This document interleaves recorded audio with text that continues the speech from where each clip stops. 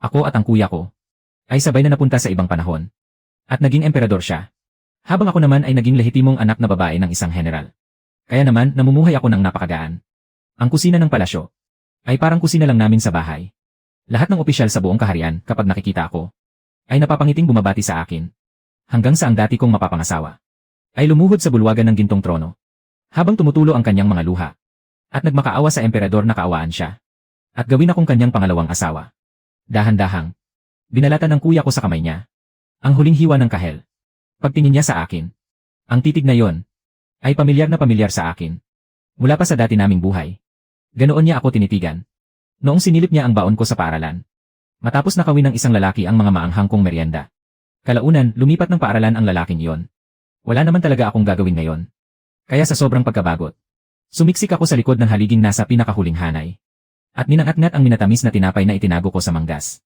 Sa makatuwid, walang karapatang dumalo sa korte ang lehitimong anak ng isang general. Pero madaling araw pa lang, kinalagkad na ako ni Amasu. Ang ama ko sa pangalan lamang sa mundong ito. Si General Suxiao, ang tagapagtanggol ng kaharian. At seryosong dinala ako roon. Hanyan. Sa korte ngayong araw. May ihaharap na ulat ang batang iyon mula sa pamilyang Shen. Ano naman ang iulat niya? Ang mukha ni Amasu ay kasing itim ng ilalim ng kawa. Isusumbong ka niya. Isusumbong niya ako. Ano bang nagawa ko, isang tahimik na anak ng general na kumakain at umiinom lang? Sino ba ang inaabala ko? Hanggang sa itinulak ako sa likod ng paril sa gilid ng bulwagan. At nakita ko mismo ang dati kong mapapangasawa. Si Shen Linyuan, tagapagmana ng residensya ng Anyuan. Na nakasuot ng formal na kasuotan. At tuwid na nakaluhod. Habang tumutulo ang kanyang mga luha. Mahal na emperador. Ang kanyang tinig ay may maingat na halong dalamhati. Na umalinggaw sa malawak na bulwagan. Ang aking mapapangasawang si Suhanyan ay likas na selosa. At hindi matanggap ang ibang babae. Nakikiusap po ako, mahal na emperador, kayo na po ang humatol. Pahintulutan po ninyo akong gawing pangalawang asawa si Binibining Su. At gawing pangunahing asawa si Liu Waning, ang lehitimong anak ng punong ministro. Sabay-sabay na napasinghap ang lahat ng opisyal sa korte. At muntik ko nang maibuga ang minatamis na tinapay sa bibig ko. Hindi na. Anong palabas na naman ang ginagawa mo? Maingat kong iniluwa ang buto sa manggas ko. At sumilip patungo sa luklukan ng dragon. Ang kasalukuyang anak ng langit. Si Emperador Xiao Heng. Ay tuwid na nakaupo sa siyam na dragon na gintong trono. Nakasuot siya ng maningning na dilaw na kasuotang may dragon. At may koronang may 12 palawit. Ang mga butil na nakabitin dito ay marahang umiindayog. Kaya nagliliwanag at dumidilim ang kanyang mukha. May hawak siyang isang hiwa ng kahel. Iyon ang kahel na isiniksik ko sa kanya kaninang umaga. Noong araw na yon, pumasok ako sa palasyo ng Yangtsin mula sa likod na pinto ng kusina. Habang isinisingit ang kahel sa kamay niya at madaldal na nagsasalita. Kuya, matamis ang mga kahel ngayon. Huwag mong kalimutang kainin ha. Hindi man lang niya iniangat ang ulo. At ginamit ang pulang pambalaking panulat upang aprobahan ang mga ulat. Huwag mo akong tawagin kuya. Tawagin mo akong mahal na emperador. Kuya. Mahal na emperador. Kuya. Sandali siyang napatigil.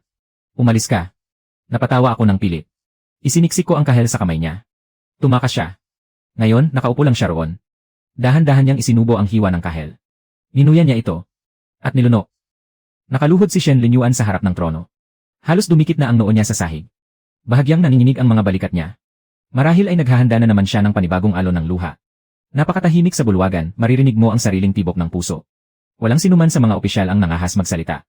Bahagyang nakayuko si punong ministro Liu Zhenyan. May bahagyang baka sa gilid ng kanyang labi. Bahagya itong umangat. Nakatayo siya sa unahan ng mga opisyal na sibilyan. Isa siyang tusong matandang soro. Nagkukunwaring labis na nagmamalasakit sa bayan at sa mga mamamayan. Nakatayo ang ama kong si Suxiao sa panig ng mga general. Nakapatong na ang kamay niya sa hawakan ng espada sa kanyang baywang. Umuumbok ang ugat sa kanyang sentido hanggang sa panga. Sa likod ng parol, todo bigay ako sa pagkikindat sa kanya. Kumalma ka. Huwag kang padalos-dalos. Hindi niya ako nakita. O nakita niya nga pero pinili niya akong huwag pansinin. Muling nagsalita si Shen Linyuan. Mas malakas ang kanyang boses. Para bang takot siyang hindi marinig ng mga nasa likuran. Mahal na emperador. Hindi po ako isang taong walang utang na loob sa pag-ibig. Talagang ang dalaga ng pamilyang Su. Huminga siya ng malalim. Talagang napakataray ng dalaga ng pamilyang Su. Walang alam sa dangal ng isang babae. Hindi ko po kayang makasama siya habang buhay. Nadurog ang merienda kong may pulot sa kamay ko. Walang alam sa dangal ng isang babae. Sino ang sinasabi mong walang dangal? Nasa residensya ng general ako. Araw-araw, kumakain lang ako at natutulog. Paminsan-minsan, pumupunta ako sa kusina ng palasyo para manghingi ng merienda. Tinatamad niya akong pumasok kahit sa tarangkahan ng bahay niyo. Paano nga ba ako naging walang dangal? Nakahanda na sana akong sumugod palabas. Ngunit hinawakan ng isang bantay ni Amasu ang balikat ko. Bahagyang lumingon si Amasu. Malamig niya akong tinitigan. Napakalinaw ng ibig niyang sabihin. Ipaubaya mo sa mahal na emperador ang paghatol. Humina ako ng malalim. At pinigilan ang sarili ko. CJ. Tingnan natin kung ano ang sasabihin ng kuya ko. Sa ibabaw ng trono. Si Xiao Heng. Ang tunay kong kuya. Noong nakaraang buhay, nakipag-agawan siya sa akin sa huling piraso ng baboy na inihaw. Siya ang lalaking nagtulak sa akin mula sa sofa para maagaw ang remote. Dahan-dahan niyang inilapag sa mesa ng trono ang kalahating kahel na hawak niya. Napakabagal ng kilos niya. Bumagsak ang kahel sa mesang may gintong barnis. At naglabas ng halos hindi marinig na kalabog. Sa sandaling iyon sa loob ng bulwagan. Nakita kong nanigas ang mga balikat ni Shen Linyuan.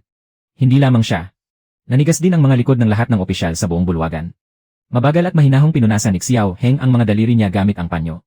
Isa-isa niyang pinunasan. Hinalaki. Hintuturo. Gitnang daliri. Palasingsingan. Kalingkingan. Nang matapos siyang magpunas. Tinupi niya ng maayos ang panyo. At itinabi ito. Saka siya nagsalita.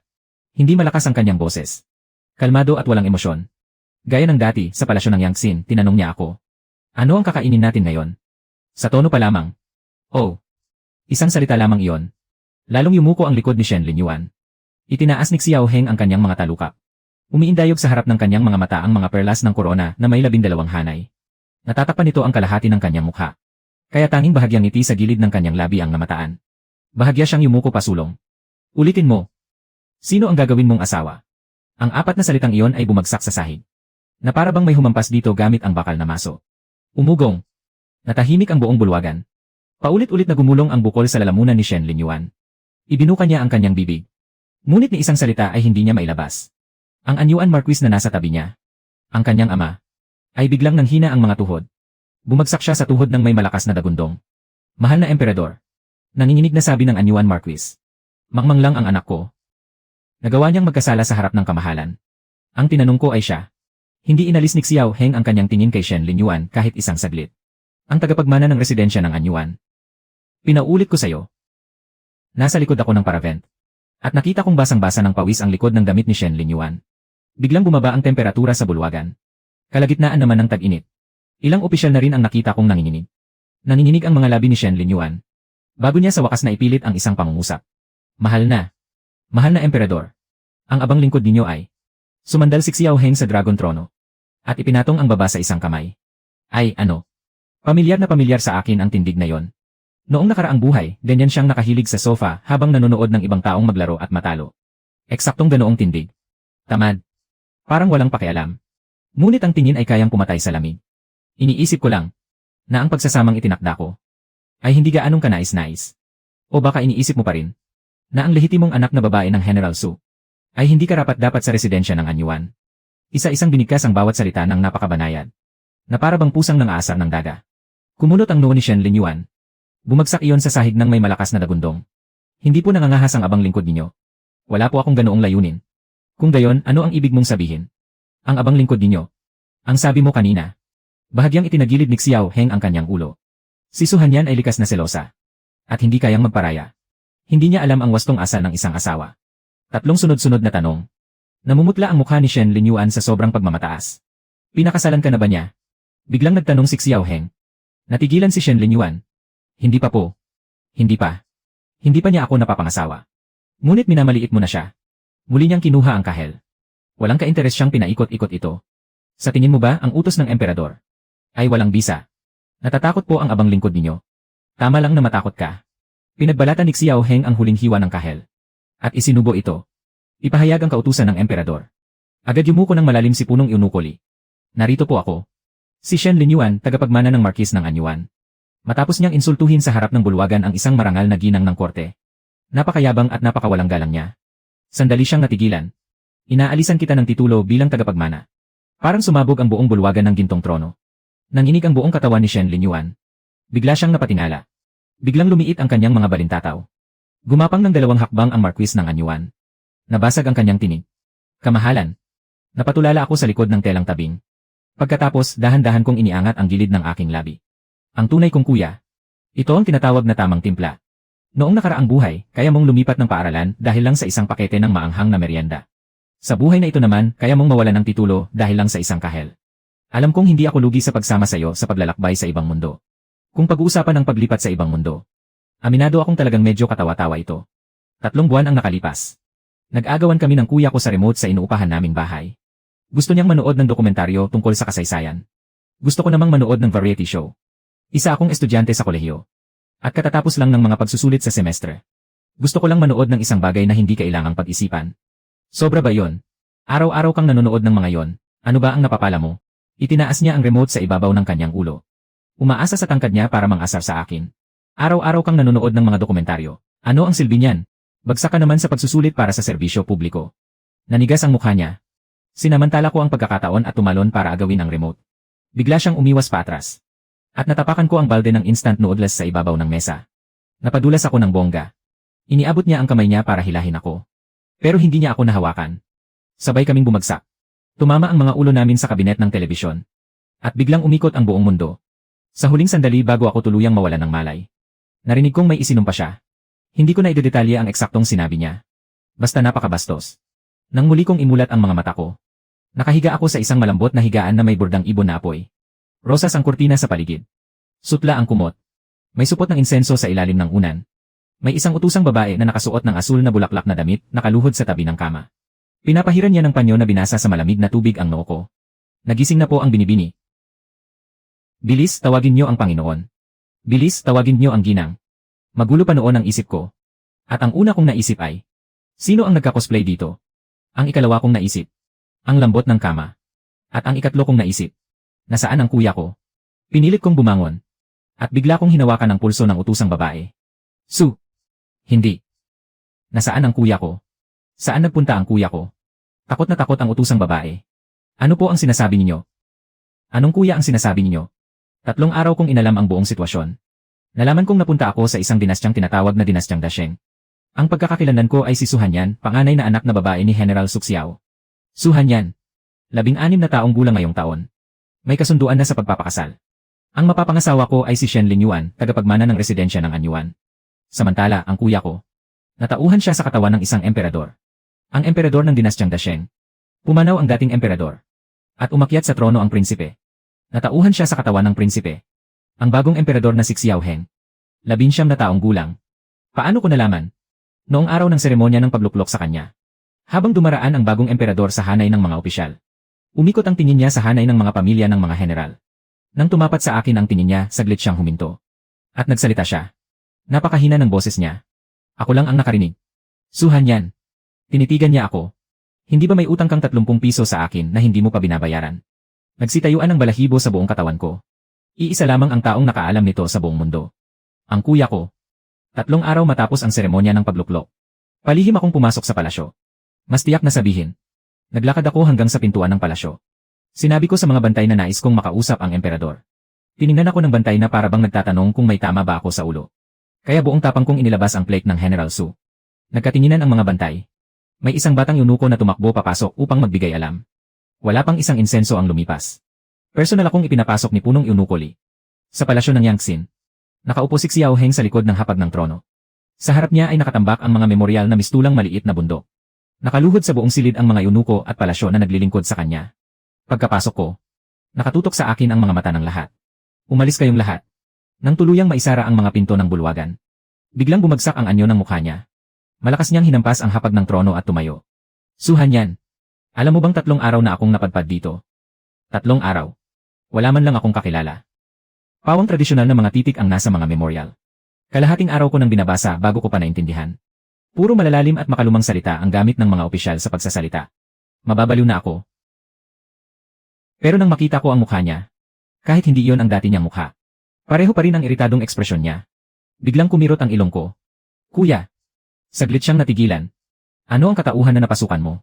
Sinipat niya ako mula ulo hanggang paa. Anak ng isang general. Opo. Lehitimong anak. May kasunduan sa pagpapakasal. Meron. Tagapagmana ng residensya ng Anyuan. Kumunot ang noo niya. Residensya ng Anyuan. Alin doon? Tinanong mo ako, sino kaya ang dapat mong tanungin? Ikaw ang emperador. Hindi mo ba alam? Umirap siya. Hinalughog niya ng kalahating araw ang bunton ng mga memoryal. Sa wakas, nakakita siya ng isang buklet na mukhang talaan ng mga tauhan. Sinuri niya ito. Residensya ng Anyuan. Pamilya Shen. Bulong niya sa sarili. Shen Linyuan, tagapagmana. 18 taong gulang. Pantay na kahusayan sa parehong sining sibil at militar. Opo. Mukhang ayos lang. Tulungan mo akong ipawalang bisa ang kasal. Bakit? Akala mo ba magpapakasal ako sa isang taong mula sa sinaunang panahon? Sandali siyang nag-isip. Isinara niya ang aklat. Tama rin. Pero hindi pwedeng ipawalang bisa ngayon. Kakaputok ko pa lang sa trono. Hindi pa matatag ang korte. Nasa kamay ni General Su ang kapangyarihang militar. Siya ang pinakamalaking sandigan ng dating may-ari ng katawang ito. Kung gagalawin ko ngayon ang kasal ng anak niya, magiging magulo ang buong korte. Itinaas ko ang kilay at tiningnan siya.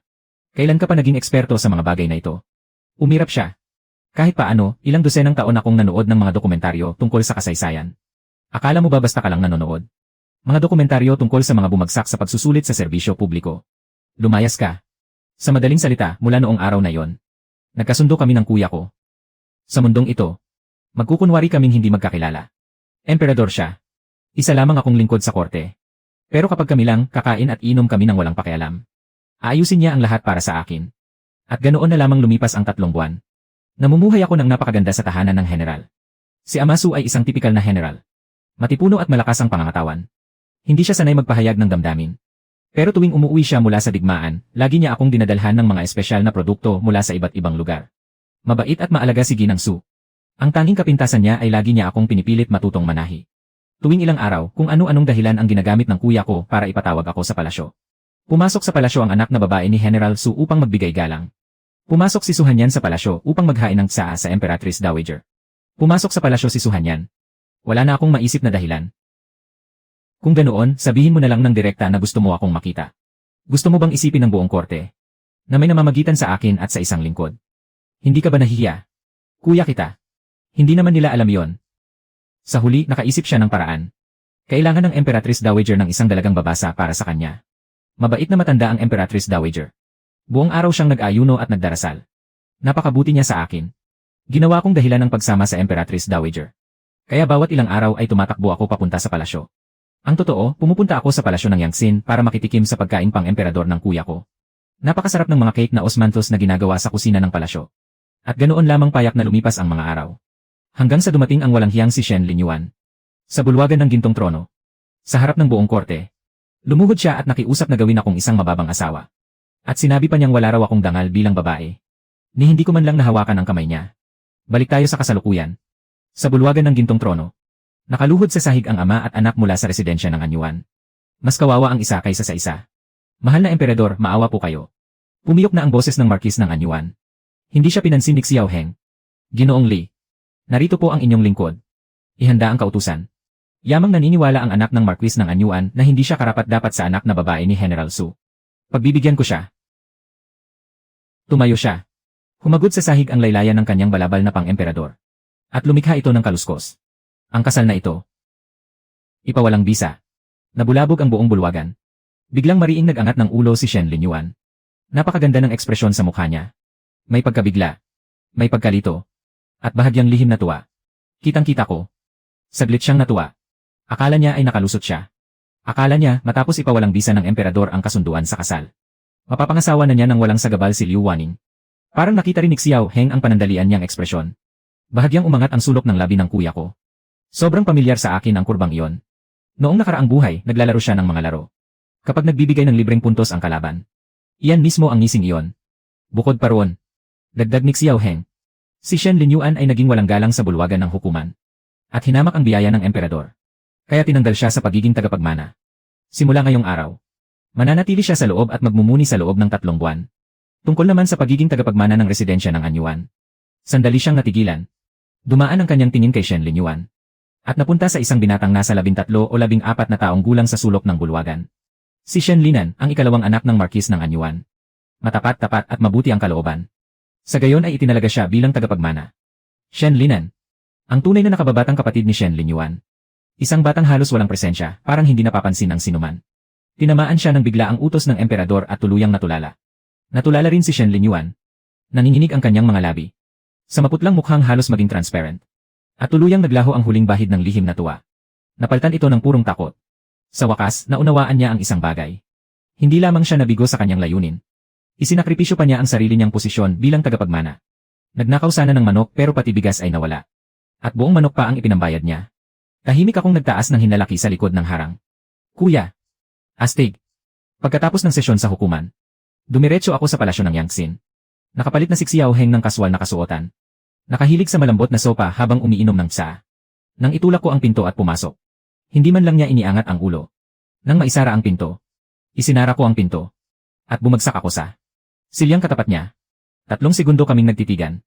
At sabay kaming sumabog. Sinampal ko ang mesa. Iyong si Shen. May sakit ba siya sa utak? Sinipa ba siya ng asno sa ulo? Sinampal din ni Xiao Heng ang mesa. Sa harap ng lahat ng opisyal na sibilyan at militar. Sinabi niyang hindi raw ako marunong sumunod sa dangal ng isang babae. Hindi ko maalam kung nasaan ang pintuan ng kanilang bahay. Ni kung saang direksyon ito bumubukas. Noong unang araw na napadpad ako rito, hindi ko na agad siya nagustuhan. Naglalakad ang batang iyon na nakataas ang ilong. Na para bang may utang sa kanya na 80 milyon. Ang mahalaga siya. Nagkaroon pa talaga ng gana na matuwa. Nakita mo ba yon? Noong sinabi mong ipawalang bisa ang kasal. Bahagyang umangat ang sulok ng labi niya. Siyempre, nakita ko. Kaya isinabay ko na rin. Ang pagtanggal sa kanya bilang tagapagmana. Itinaas ni Xiao Heng ang tasa at marahang hinipan ang tsa. Para sa kanyang kapatid. Mas kaaya-aya naman tingnan ang kapatid niya kaysa sa kanya. Humina ako ng malalim. At sumandal sa sandalan ng silya. Sa tingin mo, bakit niya? Bigla ka namang gumawa ng ganitong eksena. Ano pa ba ang ibang dahilan? Iyong dalaga mula sa angkan ng Liu. Ibinaba ni Xiao Heng ang tasa ng tsa. Mula sa ilalim ng mesang pangsulat. Kumuha siya ng isang dokumento. At ibinigay yon sa akin. Tinanggap ko yon at binuksan. Punong-puno iyon ng maliliit na sulat. Ano ba ang dokumentong ito? Nasa talaan ng kagawaran ng mga seremonya. 1 buwan na ang nakalipas. Lumapit si punong ministro Liu Zhenyan. At maingat na binanggit. Sa residensya ng Anyuan. Ang posibilidad ng isang pagpapakasal. Hindi tumugon ang markis ng Anyuan. Ngunit palihim na si Shen Linyuan. Ay nakipagkita kay Liu Waning. Nang 4 na beses. Tinaasan ko siya ng kilay. Paano mo nalaman? Ako ang emperador. Sabi niya iyon na para bang napakalinaw naman. Nag-utos ako sa mga tao na magsiyasat. Kailan ka nag-utos na magsiyasat? Noong huli kang pumunta sa palasyo.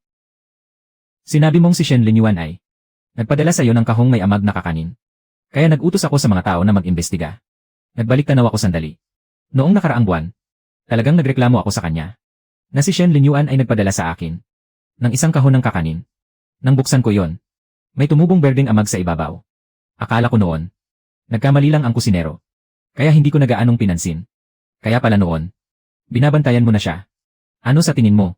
Muli siyang kumuha ng isang hiwa ng kahel. May mga ngahas bang magbigay sa kapatid ko? Nang pagkaing may amag. Hindi ko ba siya babantayan hanggang bagong taon? Biglang kumirot na naman ang ilong ko. Dali, tumingin ka sa iba. Sige na, huwag kang madrama. Nahuli niya ang tunay kong iniisip. Pag-usapan natin ang mahalaga. Napawalang bisa na ang kasal. Ano ang balak mong gawin pagkatapos nito? Ano nga ba ang balak mo? Huwag mong sabihin. Balak mong tumira sa mansyon ng general. At habang buhay na lang kumain ng libre. Ano namang masama roon? Emperador ka. Kumakain at umiinom ka gamit ang yaman ng bayan. Likas at marapat lang iyon. Tinitigan niya ako ng masama. Suhan yan. Suhan yan. Noong nakaraang buhay mo, sapat nang nakikikain ka sa magulang natin. Pero pati sa buhay na ito, nakikikain ka pa rin. Ikaw ang kuya ko. Hindi ako nakikikain sa magulang natin. Nakikikain ako sa kuya ko. Huminga siya ng malalim. Na para bang pinipigilan niya. Ang pagnanais niyang suntukin ako sa mukha. Makinig ka sa akin. Hindi payapa ang sitwasyon sa korte. Itong si Liu Zhenyan.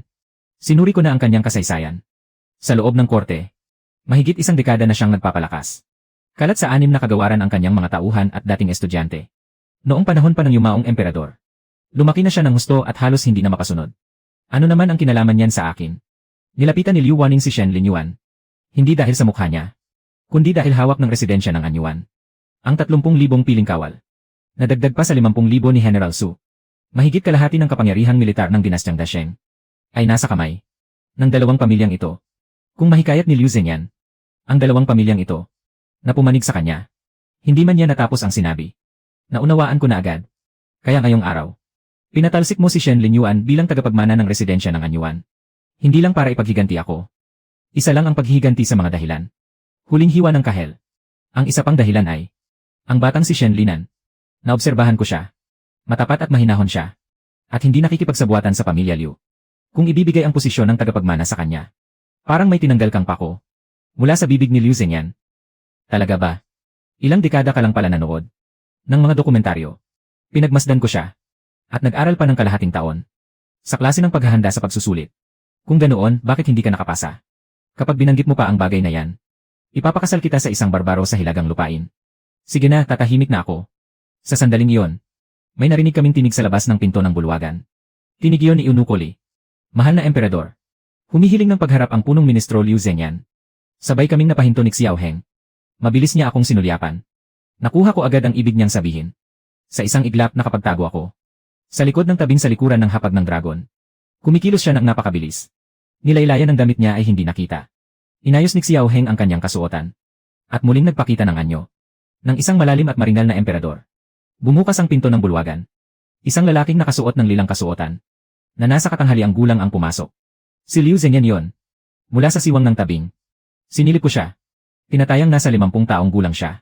Malinis at malinaw ang kanyang mukha. At may balbas siyang. Maayos na maayos ang pagkakaputol. Hindi mabilis ni mabagal ang kanyang paglakad. At tuwid na tuwid ang kanyang tindig. Mukha siyang tusong matandang soro. Nagbibigay galang ang abang lingkod sa mahal na emperador. Punong ministro, maaari kang tumayo. Malamig ang tono ni Xiao Heng. Tulad ng karaniwang naririnig sa korte. Ano ang sadya mo? Tumayo si Liu Zhenyan. Na may nakapaskil sa mukha. Nasaktong-sakto ang pag-aalala. Mahal na emperador. Tungkol po sa mga pangyayari sa korte ngayong araw. Maglakas loob po ang abang lingkod na magbigay ng payo. Tungkol po sa usapin ng tagapagmana ng residensya ng anyuan. Bagaman naaayon sa batas ang naging hatol. Ngunit nangangamba lamang ako na ang buong korte ay magsimulang magbulong-bulungan. Tutal, si Prince Shen ay isa lamang binatang nagkamali. Isang panandaliang pagkakamali lamang. Inangat ni Xiao Heng ang tasa ng tsaa. Pagkatapos uminom ng isang lagok. Ang ibig sabihin ng punong ministro ay, masyado bang mabigat ang parusang iginawad ko? Bahagyang yumuko si Liu Zhenyan. Hindi ako nangangahas, kamahalan. Ngunit ano? Ang ikinababahala ko lamang, kamahalan. Baka isipin ng mga tao sa labas na ang kamahalan ay labis na kumakampi sa sambahayan ni General Su. Nang walang sapat na dahilan. Kamakailan lamang kayong umakyat sa trono. At ito ang panahong kailangan nyong magpakita ng malawak na kagandahang loob. Kung dahil lamang sa isang usaping pampamilya, ay masira ang ugnayan niyo sa Marquis ng Anyuan. Bilang pinuno at nasasakupan. Punong ministro. Pinutol siya ni Xiao Heng. Naaalala ko. Ang binanggit ni Shen Linyuan. Ang dalagang anak ng punong ministro. Si Binibining Liu Waning, hindi ba? Namutla ang mukha ni Liu Zhenyan. Sa isang saglit. Isang saglit lamang. Tama naman. Hindi ko naturuan ng maayos ang aking anak. At nabahala pa kayo, kamahalan. Ang lihim na pakikitungo ni na Binibining Liu Waning at Shen Linyuan ay isang pribadong usapin. Alam ba yon ng punong ministro? Biglang nanigas ang hangin. Nasa likod ako ng parolang pantakip. At pinipigilan ko ang aking paghinga. Ang likod ni Liu Zhenyan ay bahagyang nanigas. Ang ibig sabihin ng kamahalan ay, ngumiti si Xiao Heng. Nagtatanong lang naman ako. Punong ministro, maaari na kayong umalis. Itinaas niya ang tasa ng tsaa. Bilang hudyat na nagpapaalam na siya. Hindi na yon pwedeng maging mas malinaw pa. Nakatayo lamang si Liu Zhenyan sa kinatatayuan niya. Bahagyang gumalaw ang kanyang mga labi. Bago siya tuluyang yumuko bilang pagbati. Nagpapaalam na po ako, kamahalan. Tumalikod siya at naglakad palabas.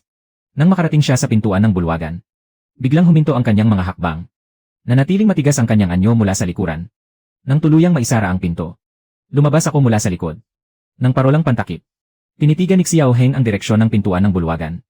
Habang ang kanyang mga daliri ay nasa mesa ng dragon. At marahang kumakatok. Kinabahan siya. Sabi ko, Elred, sinadya mo iyon. Elred, ganito ka na ba? Katuso simula pagkabata. Lumingon siya sa akin. Natila napaka-inosente. Kailan ko naman ginawa yon? Nagsabi lang ako ng mga katotohanan. Umirap ako. Sige na. Aalis na ako. Naghihintay pa sa akin si Amasu. Sa labas ng tarangkahan ng palasyo. Sandali. Mula sa ilalim ng mesa ng dragon, ay naglabas siya ng isang lalagyan ng pagkain at itinulak iyon sa akin. Ngayong araw, naghanda ang kusina ng palasyo. Ng bagong lutong cake na may mabangong osmanthus. Dalhin mo. Biglang nagniningning ang mga mata ko.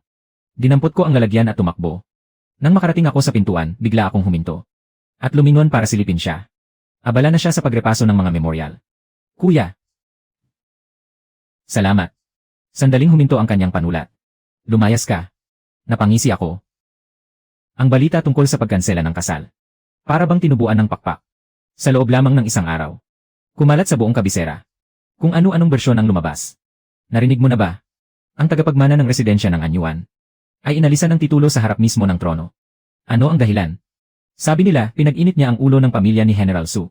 Narinig kong gusto niyang kumuha ng pangalawang asawa. Kaya pinagalitan niya ang dalaga ng pamilya Su. Hindi lang kumuha ng pangalawang asawa. Gusto niyang gawing kerida ang dalaga ng pamilya Su. His! Talagang walang takot ang taong iyon. Sa ugali ni General Su. Nangahas talaga siya. Kahit mangahas siya, ano naman ang mapapala niya? Direktang ipinag-utos ng emperador. Naalisin ang titulo ng kanyang tagapagmana. Nasa bakuran ako ng tirahan ng general. Sa ibabaw ng duyan sa likod bahay. Habang marahang umiindayog. At kumakain ng cake na osmanthus. Habang nakikinig kay Kaiju. Na buong kulay at damdaming isinasalaysay. Ang mga chismis sa labas. Binibini. Lahat sa labas ay nagsasabi. Na kayo raw ay paborito ng mahal na emperador. Na malapit kayo sa harapan ng emperador. Nakaungko si Kaiju sa tabi. At kumikislap ang mga mata. May iba pang ang nagsasabi. Na napusuan kayo ng emperador. Kaya naman. Muntik na akong mabilaukan sa cake na osmanthus. Tama na. Sino ang nagsabi niyan? Lumabas ka at pabulaanan ang mga chismis.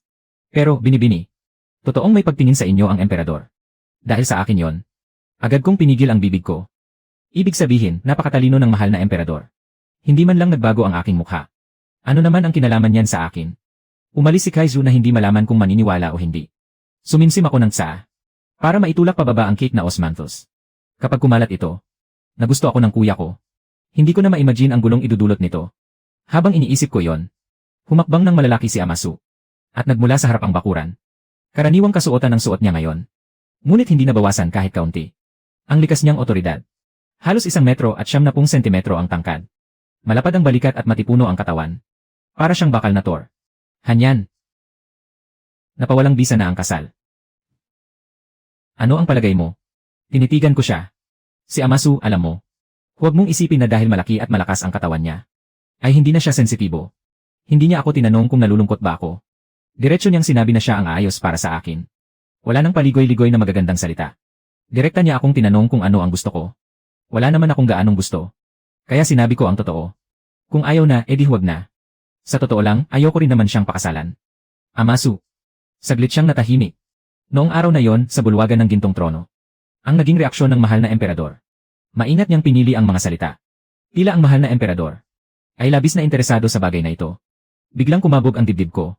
Nakatitig sa akin ang mga mata ni Amasu. Na para bang iniimbestigahan ang isang salarin. Hanyan. Anak, may itatanong ako sa'yo. Ikaw at ang mahal na emperador. Anak. Bigla akong tumayo. Huwag kayong mag-isip ng kung ano-ano po. Sa pagitan namin ng mahal na emperador. Walang bahid ng anumang masama. Siya ay. Ang tingin lang niya.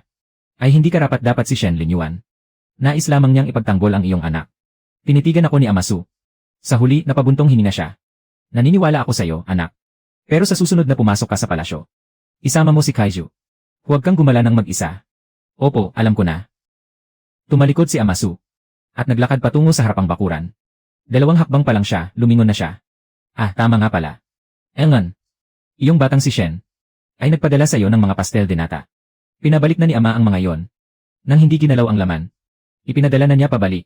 May dagdag pa siyang 1 kahon ng sariwang. Dumi ng kabayo. Natigilan ako. Engon. Nakalagay iyon sa isang mamahaling kahon. At may nakataling laso sa ibabaw.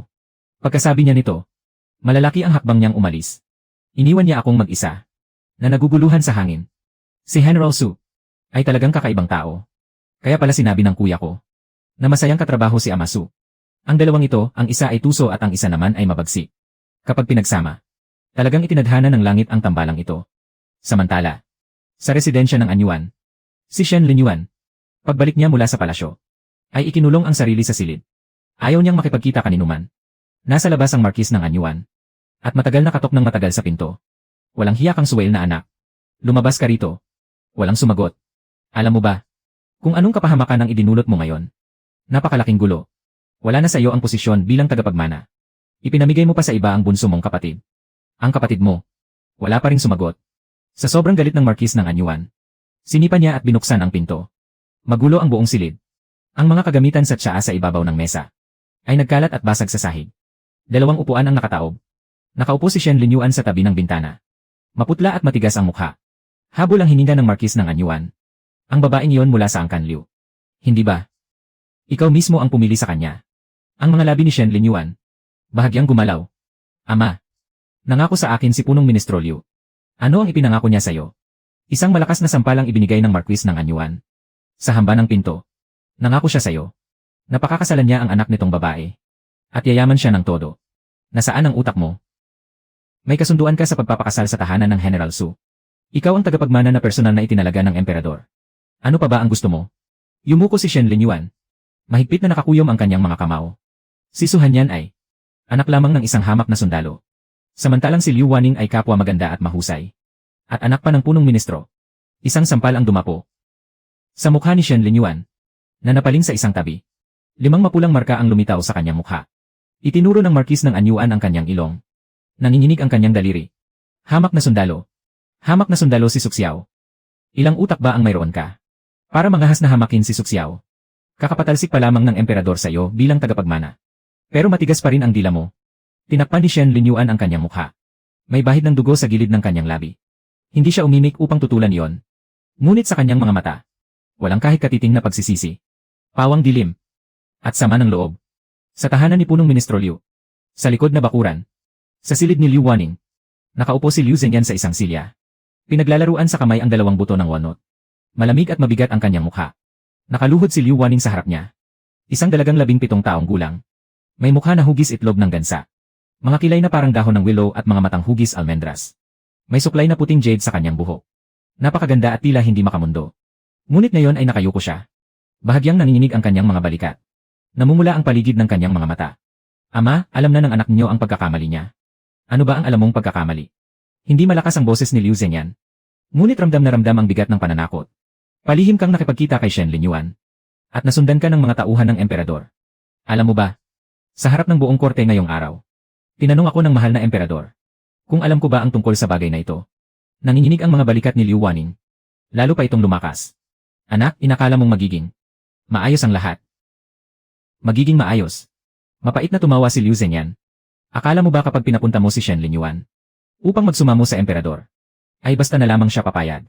Akala mo ba kapag tinalikuran mo ang kasunduan sa Angkansu, ay makapapasok ka na sa residensya ng Anyuan? Tumayo siya. At tinitigan siya mula sa mataas na posisyon. Ang sarili niyang anak. Waning. Ano ang itinuro sa iyo ng iyong ama? Magplano muna bago kumilos. Kung ganoon, ano ang tawag sa ginawa mo ngayon? Kinagat ni Liu Waning ang ibabang labi. Hindi siya nagsalita. Bumuntong hininga si Liu Zhenyan. Tama na. Nangyari na ang nangyari. Wala nang saysay ang magsalita pa. Lumapit siya sa bintana. Tinitigan niya ang buwan sa labas ng bintana. Wala na ang kanyang posisyon bilang tagapagmana. Si Shen Linyuan ngayon ay isa na lamang na talunan. Ang piyesang ito sa laro ng chess ay isinakripisyo na. Ama. Ngunit hindi pa naman lubusang nawawala ang pag-asa. Lumingon siya. Naggitngit sa galit ang emperador ngayong araw. Sa panlabas, ipinagtatanggol niya ang Angkansu. Ngunit bilang ama, pakiramdam ko ay may mali. Ano ang mali? Ang pakikitungo ng emperador kay Su Hanyan ay sobra na. Nanlaki ang mga mata ni Liu Zhenyan. Isa lamang siyang anak na babae ng isang opisyal. Hindi naman sapat iyon para magalit ng ganito. Ang emperador. Maliban na lamang kung sandali siyang tumigil. Maliban na lamang kung ang emperador at si Su Hanyan ay may ibang namamagitan sa kanila. Itinaas ni Liu Waning ang ulo. May kislap ng liwanag sa kanyang mga mata. Ang ibig sabihin ba ni ama ay, magsimula muna tayo sa pagsisiyasat. Lumingon si Liu Zhenyan. Alamin ng mabuti ang ugnayan ng emperador at ni Su Hanyan. Kung talagang may namamagitan sa kanila, mapupunta ang hawak na ebidensya sa atin. Hindi niya natapos ang kanyang sasabihin. Ngunit sa kanyang mga mata, lantad ang talim ng kanyang pusong isip. Wala akong alam tungkol sa mga yon. Nasa likod bahay ako. Nakaupo sa sampayan.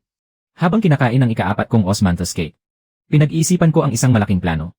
Magbukas ng tindahan ng milk tea. Tama. Modernong tao ako. Kahit sa dati kong buhay. Isa lang akong ordinaryong estudyante sa kolehiyo. Pero marunong akong gumawa ng milk tea.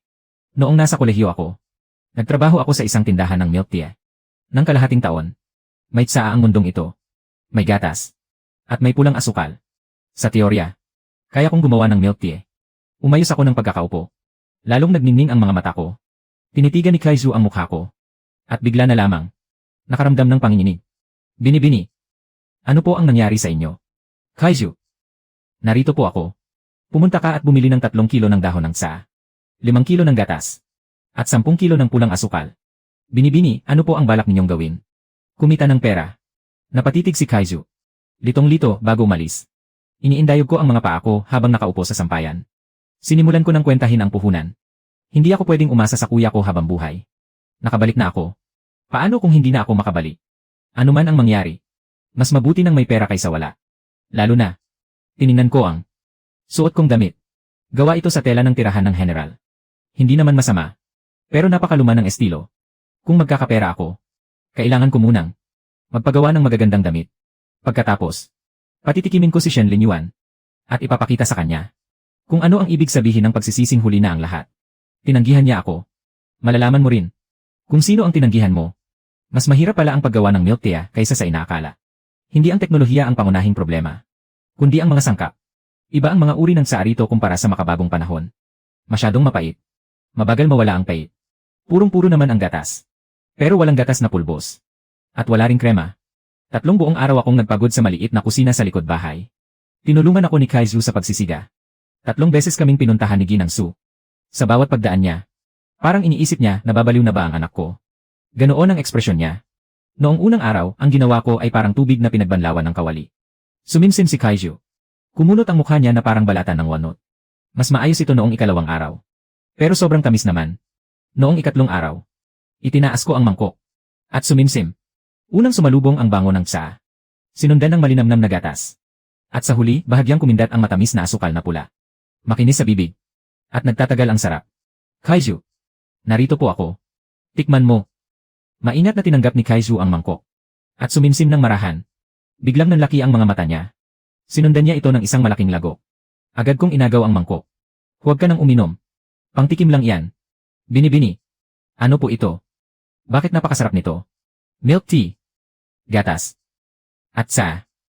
Gatas lang na hinaluan ng tsaa. Nagniningning ang mga mata ni Kaizu na parang mga parol. Bini-bini. Kung ibebenta natin ito, siguradong kikita tayo ng malaki. Siyempre naman. Ibinaba ko ang mangkok. At pinunasan ang mga kamay ko. Pero tungkol sa pagnenegosyo. Bilang anak ng isang general. Hindi angkop na humarap ako sa publiko. Kailangan ko ng taong magpapatakbo sa tindahan para sa akin. Kailangan ko rin ng panimulang puhunan. Kinabukasan. Muli akong palihim na pumasok sa palasyo ng emperador. Sa palasyo ng Yangtsin. Nakikipagpulong si Xiao Heng sa ministro ng digmaan. Kalahating oras akong naghintay sa silid sa gilid. Namamanhid na ang mga binti ko. Sa wakas, hinintay ko rin siya. Kuya. Kuya, pahiram muna ako ng pera. Akala niya ay sisimulan na niyang inumin ang tsaa. Bigla siyang natigilan nang marinig iyon. Magkano? 500 layang. Ibinaba niya ang tasa. Ano ang gagawin mo? Magbubukas ako ng tindahan ng milk tea. Ano? Milk tea. Saan na nilagyan ng gatas?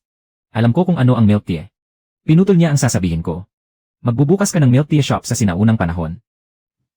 Nagawa ko na ang recipe. Masarap ang lasa. 5 segundo niya akong tinitigan. CJ. Bibigyan kita ng 1,000 leyang. Nakahanda na akong makipagtawaran sa kanya. Hindi ko akalaing papayag lang siya. At dinoble pa ang alok. Talaga. Huwag mong gamitin ang pangalan ng pamilyang Su. Humanap ka ng taong mapagkakatiwalaan. Buksan ito sa patagong paraan. May inilabas siyang salaping papel mula sa kanyang manggas at itinulak iyon sa akin. At isa pa. Bibigyan mo ako ng 30%. Ano? Ikaw ang emperador tapos hahasyan mo pa ako. Mahirap din maging emperador. Alam mo ba kung magkano ang gasto sa isang pagkukumpuni ng palasyo? Walang pera ang kabangyaman. Hindi rin kalakihan ang pribadong kaban ko. Tinitigan ko ang seryoso niyang mukha. Bigla kong naisip na napakahiwaga ng eksenang ito. Ang emperador ng dinastyang Dasheng ay kasosyo ang sarili niyang kapatid na babae na kasama niyang napadpad dito sa nakaraan sa pagbubukas ng milk tea shop. Pinalo ko ang mesa. Kasunduan na. 70-30. 70 sa akin, 30 sa'yo. 64 na po. 70-30. 6 na po. Kuya, hindi na kita bibigyan ng mga dalandan pagkatapos nito. Hay naku, 70-30 na nga. Pinili ang pwesto ng milk tea shop sa isang eskinita sa silangang pamilihan, malapit sa tea house. Nakahanap ako ng retiradong katiwala ng residensya ng Su para mga siwa roon. Sa mga tagalabas, sasabihin naming sarili niyang maliit na negosyo iyon. Tinulungan ako ni Kaizu na sanayin ang 3 tauhan. Noong araw ng pagbubukas, nagtago ako sa likod ng kurtina sa silid sa ikalawang palapag upang manmanan sila. Ang unang customer ay isang iskolar. Umupo siya. Tinignan niya ang menu. Ako ang sumulat nito. Asukal, mga salitang inukit sa kawayan. May 3 pagpipili ang lasa. Original. Osmanthus. Ano ito? Ano ba ang milk tea? Ipinaliwanag iyon ng tauhan ayon sa itinuro kong paraan ng pagbebenta. Nag-atubili ang iskolar bago umorder ng isang mangkok ng orihinal na lasa. Pagkapasok ng unang higo, eksaktong kapareho ng kay Kaizu ang naging ekspresyon niya. Pagkatapos ay umorder pa siya ng isang mangkok na Osmanthus ang lasa. Pag-uwi niya, bumalik siya kasama ang 3 niyang kaibigan. Pagkalipas ng 3 araw, mahaba na ang pila sa milk tea shop. Pagkalipas ng 7 araw, ang pinakasikat na tindahan sa silangang pamilihan ay hindi ang katabing tea house na may 100 taong kasaysayan, kundi ang munting tindahan ko sa sulok. Ang Hanyan Tea House. Si Kaizu ang nagbigay ng pangalan. Hindi ko na siya napigilan. Makalipas ang kalahating buwan, binibilang ko ang mga numero sa talaan ng kita. Umabot na sa tainga ang ngiti mo. Kaiju. Hulaan mo kung magkano ang kinita natin. 100 tile. 800 tile. Ha? Kalahating buwan. 800 tile. Bawas ang puhunan. 600 tile ang malinis na tubo. Napaluwag ang panga ni Kaiju. Napakaganda ng araw ko. Binigyan ko ng pabuya si Kaiju. 3 tile na pilak. Ipinambili ko si Amasu ng isang pitsel ng masarap na alak. 20 tile. Ipinambili ko si Ginangsu ng isang rolyo ng bagong tela. 15 tile. At ang 30% para sa kuya ko. 240 tile. Pinagmasdan ni Xiao Heng ang perang iniabot ko. Bihira siyang magpakita ng ganitong kasiyahan. Ano po ang pakiramdam ninyo? Kamahalan. Tinutukso ko lang siya.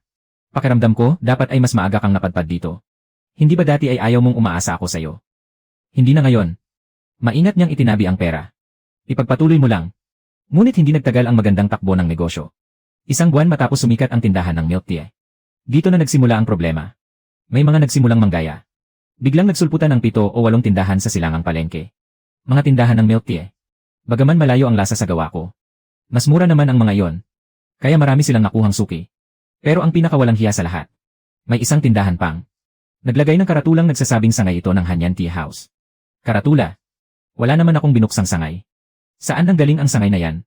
Sa sobrang galit, napadyak si Kaiju. Binibini. Sobra na sila. Hindi balantaran na nila tayong niloloko. Ako naman ay nananatiling kalmado. Kaiju. Alam mo ba kung ano ang ibig sabihin ng tatak na nagsisilbing mob? Ano po? Isinara ko ang talaan. Tumayo ka. Ayos lang. Hindi mo alam. Tulungan mo akong bumuo ng bagong produkto. Bagong produkto. Nanggaya sila ng milk tea.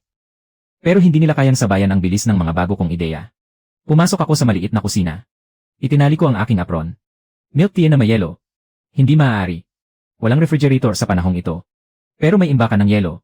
May imbakan ng yelo sa palasyo. Napangisi ako. Kaiju. Tulungan mo akong magpadala ng liham sa palasyo. Opo. Makalipas ang 3 araw. Ang Hanyan Tea House ay naglunsad ng natatanging limitadong produkto. Milk tea na may yelong osmanthus. Ang yelo ay mula sa imbakan ng yelo ng pamilya ng imperyo. Ngunit sa publiko, ipinakilala itong likas na yelo mula sa kabundukan. Doble ang presyo. Mas dumami ang mga nakapila. Pinagmasdan ng mga manggagaya ang bago kong produkto. Nagkatinginan ang lahat. Saan mo kinuha ang yelo mula sa imbakan ng yelo ng palasyo? Ito ang kapangyarihan ng koneksyon. Tama ang sinabi ni Kuya. Ang pinakamalaking bentahe ng pagpunta sa ibang panahon ay hindi ang gintong daliri, kundi ang agwat sa impormasyon. Ipagpaliban muna natin ang usapin ng tindahan ng milk tea. Ang tunay na problema ay nagmula sa isang piging sa palasyo. Kaarawan ng Emperatrice Dowager. Dumalo ang lahat ng mararangal na opisyal sa buong kabisera. Bilang lehitimong anak na babae ng General Su, natural lamang nakabilang din ako sa mga panauhin. Suot ko ang paldang mahaba at kulay buwan na maingat na pinili ni Ginang Su. Sa aking ulo ay ang palamuting jade na may gintong paru-paro na ipinauwi ni Ama mula sa kanlurang lupain. Sa likuran ko naman ay inaangat ni Kaiju ang laylayan ng aking palda. Maingat akong pumasok sa bulwagan ng gintong trono. Maringgal ang liwanag ng mga lampara sa loob ng bulwagan. Marahang umaalingaw ang tugtog ng mga kwerdas. Kumakalat sa hangin ang amoy ng insensong agarwood, na hinaluan ng matamis na halimuyak ng alak na osmanthus. Mabilis kong sinulyapan ang talaan ng mga upuan. At nakita ko ang aking pangalan sa bandang likuran. Sa gilid ng aking paningin ay nasilayan ko ang 2 pamilyar na anyo. Shen Linyuan at Liu Waning. Nakaupo si Shen Linyuan sa likuran ng Marquis ng Anyuan. Nakayuko ang kanyang ulo. Maputla ang kanyang mukha. Hindi na siya ang tagapagmana ng titulo. Inilipat ang kanyang upuan mula sa unahang hanay patungo sa gitnang bahagi sa likuran. Nakaupo naman si Liu Waning sa tabi ng asawa ng punong ministro. Suot niya ang damit na kulay dilaw na parang balahibo ng gansa. May gintong ipit na hugis paru-paro at may palamuting jade sa kanyang buhok. Tuwid at maayos siyang nakaupo. Hindi man lamang lumilingon. Nang maramdaman niya ang aking titig, dahan-dahan niyang itinaas ang mga talukap at tumingin sa akin. Nagtagpo ang aming mga mata. Ngumiti siya sa akin. Magiliw at mahinahon ang kanyang ngiti. Parang banayad na simoy ng tagsibol.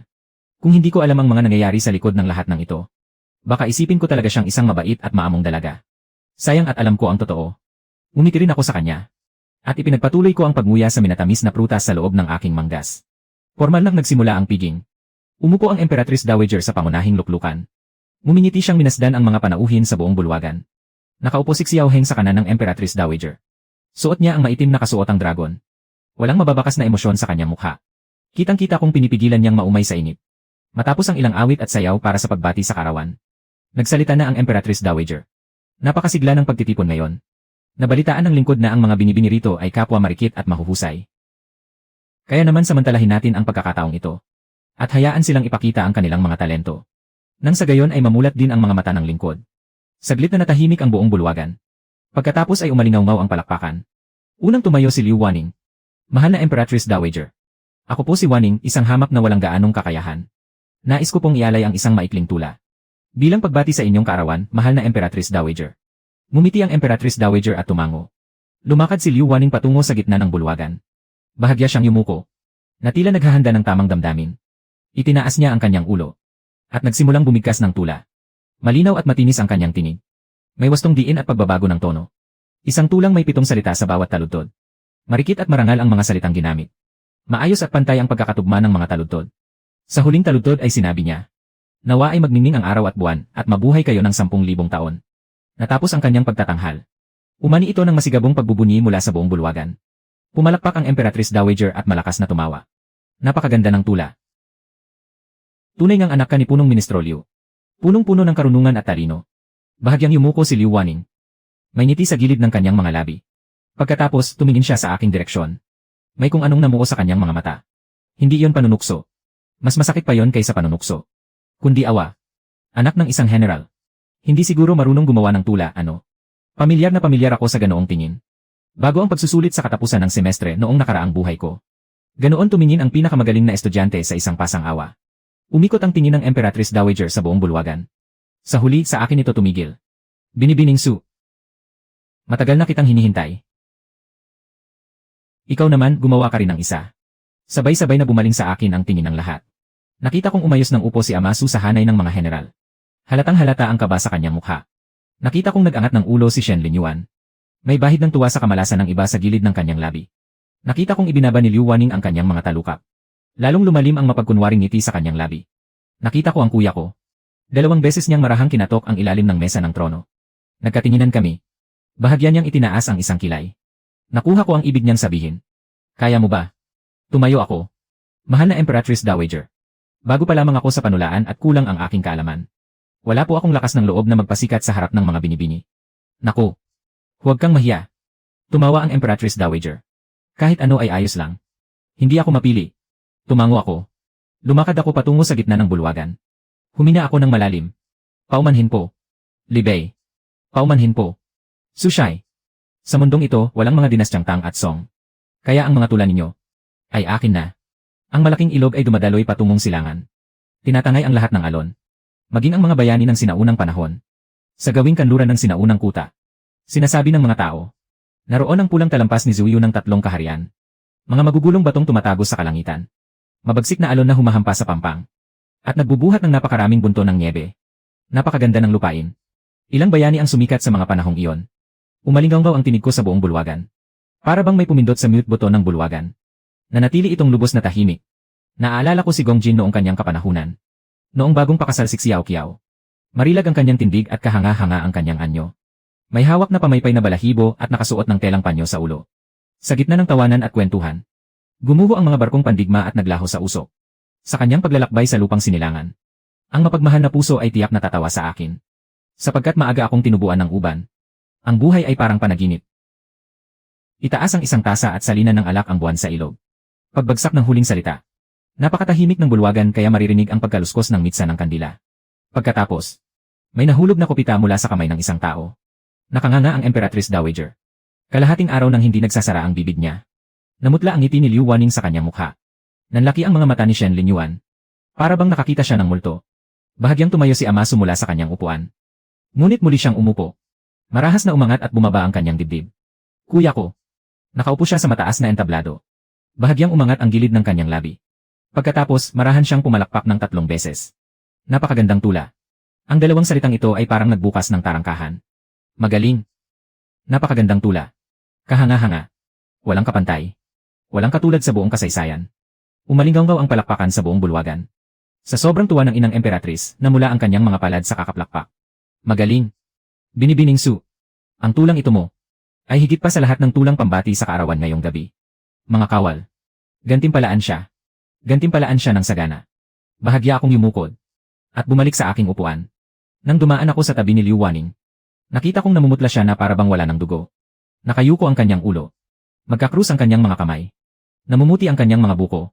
Hindi rin maganda ang mukha ng asawa ng punong ministro na nasa tabi niya. May kaunting saya sa puso ko. Napakaliit na kaunti. Ang sarap sa pakiramdam. Bumalik ako sa aking upuan. Sa sobrang saya ni Kaizu, halos maiyak siya.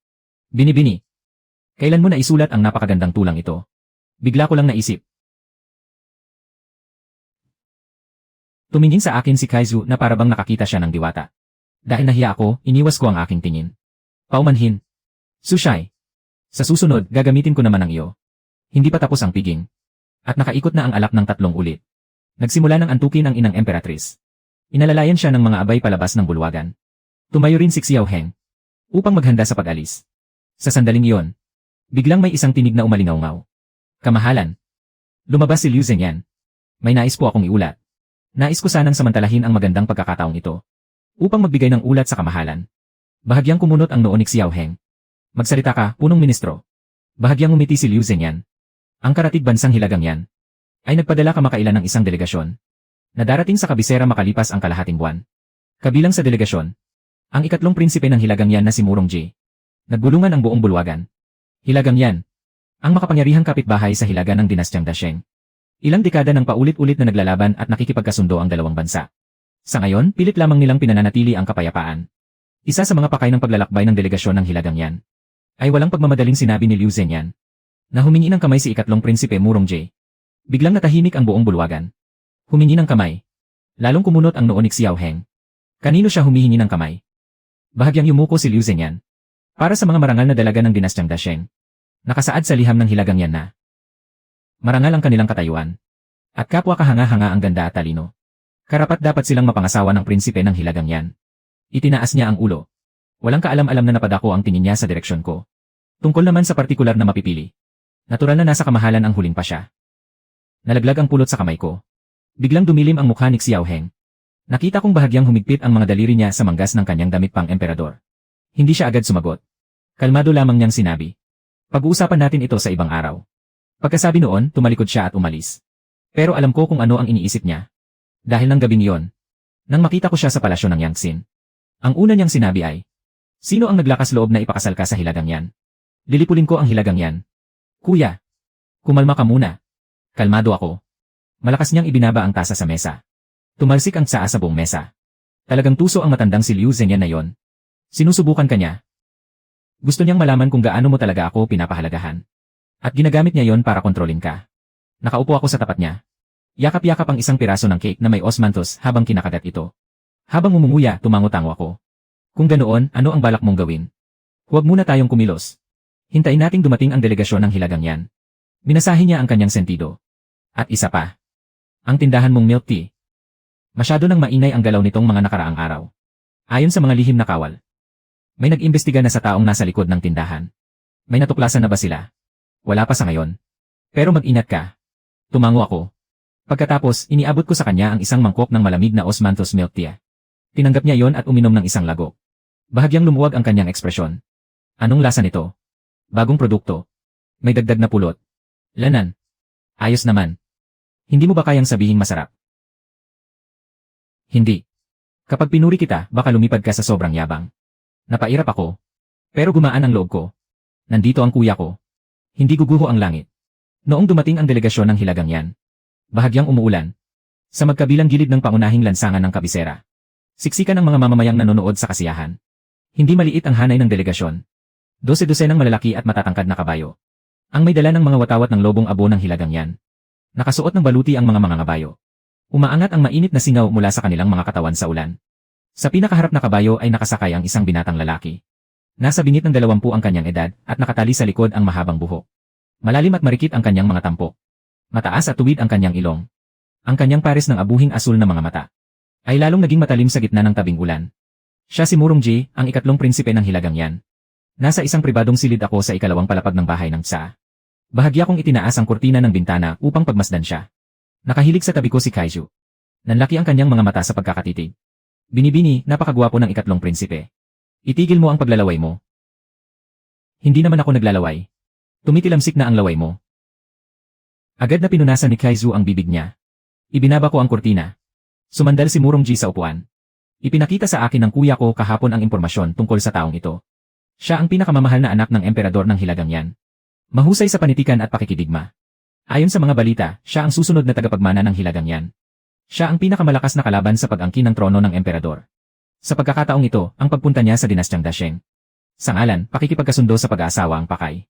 Ngunit sa totoo lang, malamang ay nag-imbestiga lamang siya. At nang banggitin ni Liu Zhenyan ang bagay na ito sa piging. Napakalinaw rin ng kanyang layunin. Kung ayaw akong ipakasal ng emperador sa isang banyaga. Ibig sabihin, talagang pinahahalagahan ako ng emperador. Nang higit sa karaniwan. At binigyan nito si Liu Zhenyan ng hawakan. Kung papayag ang emperador sa pakikipagkasundo. Katapusan ko na. Pero paano naman papayag ang kuya ko? Kaya ang tinataya ni Liu Zhenyan ay ang magiging tugon ng kuya ko. Hindi niya talaga gustong ipakasal ako sa iba. Ang gusto niya ay sa harap ng lahat ng opisyal. Mapagtibay na kinakampihan ng emperador ang pamilya Su. Tusong matandang Soro. Sa piging ng pagsalubong. Personal kong nakita si Murong J. Mas gwapo siya kaysa sa malayo ko siyang nakita. At mas mapanganib din. Kung lumakad siya, para siyang leopardo. Kung tumingin siya sa tao, para bang tinatantian niya ang bigat ng isang biktima. Pagkaupo niya, umikot ang kanyang paningin sa buong bulwagan. At sa huli, huminto ito sa akin. Ramdam ko ang bigat ng titig na yon. Tinitigan niya ako ng 3 segundo. Pagkatapos ay inilihis niya ang tingin. Bahagyang umangat ang gilid ng kanyang labi. Nagsitayuan ng balahibo sa batok ko. Sa piging, maayos at formal ang lahat. Walang anumang aberya. Ngunit pagkatapos ng piging, habang naglalakad ako pabalik sa pasilyo, may isang tinig na nanggaling sa likuran ko. Binibining Su. Paglingon ko, nakatayo si Murong Ji 3 hakbang ang layo. Tinatamaan siya ng liwanag ng buwan matapos ang ulan. Lalo nitong pinatingkad ang kanyang mga matang kulay abong bughaw na parang mga hiyas. Ikatlong prinsipe. Bahagya akong yumuko. Umiti siya ng bahagya. Mainit at banayad ang kanyang ngiti. Pero pakiramdam ko, hindi umabot sa kanyang mga mata ang ngiting iyon. Ang tulang iyon sa piging ay isinulat ni Binibining Su. Opo. Ang dakilang ilog ay umaagos patungong silangan at tinatangay ang lahat ng alon. Naglaho ang mga bayani ng nakalipas na mga panahon. Napakatapang ng himig. Humakbang siya palapit. Marami na akong napuntahang lugar sa timog at hilaga. At marami na rin akong nakilalang mahuhusay na dalaga. Ngunit ang tulad ni Binibining Su, iniling niya ng bahagya ang kanyang ulo. Na may bahid ng pagpatay sa kanyang mga tula. Ay siya pa lamang ang una. Ang salitang pagpatay mula sa kanyang bibig. Ay may bahid ng pang-aasar. Biglang kumabog ang dibdib ko. Masyado po kayong mapagbigay, ikatlong prinsipe. Hindi ito papuri. Lumapit pa siya ng isang hakbang. Sinasabi ko ang tunay kong iniisip. Bumaba ang kanyang tinig. Binibining Su, may isang bagay akong labis na ipinagtataka. Ano po iyon? Ano nga ba ang tunay na ugnayan niyo ng emperador ninyo? Biglang tila nagyelo ang hangin. Bahagya kong kinuyom ang mga daliri ko. Ang kamahalan ay isang emperador. At ako ay isang lingkod na babae. Ano pa ba ang relasyon namin? Murong Ji, umatras ka muna. Ibalik mo ang tamang distansya. Mabuti naman. Dahil ang pakay ng pagpunta ko rito ay maghanap ng mapapangasawa. Diretsahan siyang nakatitig sa akin. Ikaw pala, Binibining Su. Napatigil ako sa kinatatayuan ko. Ngumiti siya sa akin. At saka siya umalis. Unti-unting nawala sa pasilyo ang tunog ng kanyang mga yabag. Nakatayo ako sa ilalim ng liwanag ng buwan. Walang laman ang utak ko. At ang una kong naisip ay lagot na. Papatay na ko ni Kuya. Nang gabing yon sa palasyo ng Yangtsin. Ano raw ang sinabi niya? Malakas na pinukpok ni Xiao Heng ang mesa ng trono. Tumalon sa hangin ang tasa ng tsaa. At bumagsak ito sa sahig. Nadurog sa 8 piraso. Sa sobrang takot ni Unukoli, nagtago siya sa likod ng haligi. Sabi niya, pakakasalan niya ako. Kalmado kong inulit ang sinabi niya. Kalokohan. Kuya, alalahanin mo ang katayuan mo. Sabi ko, kalokohan. 6 na ikot siyang naglakad pabalik-balik sa loob ng tindahan. Ano ang karapatan ni Murong Ji na iyon? Isa lamang siyang prinsipe ng hilagang yan.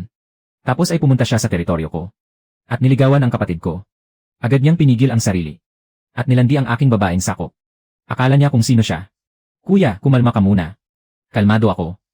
Napakakalmado ko. Pero kahit kaunti, hindi siya mukhang kalmado. Napabuntong hininga ako. Makinig ka sa akin. Interesado sa akin si Murong J. 70% kagagawa nito ni Liu Zhenyan. Tiyak na bago pa dumating ang delegasyon ng hilagang yan.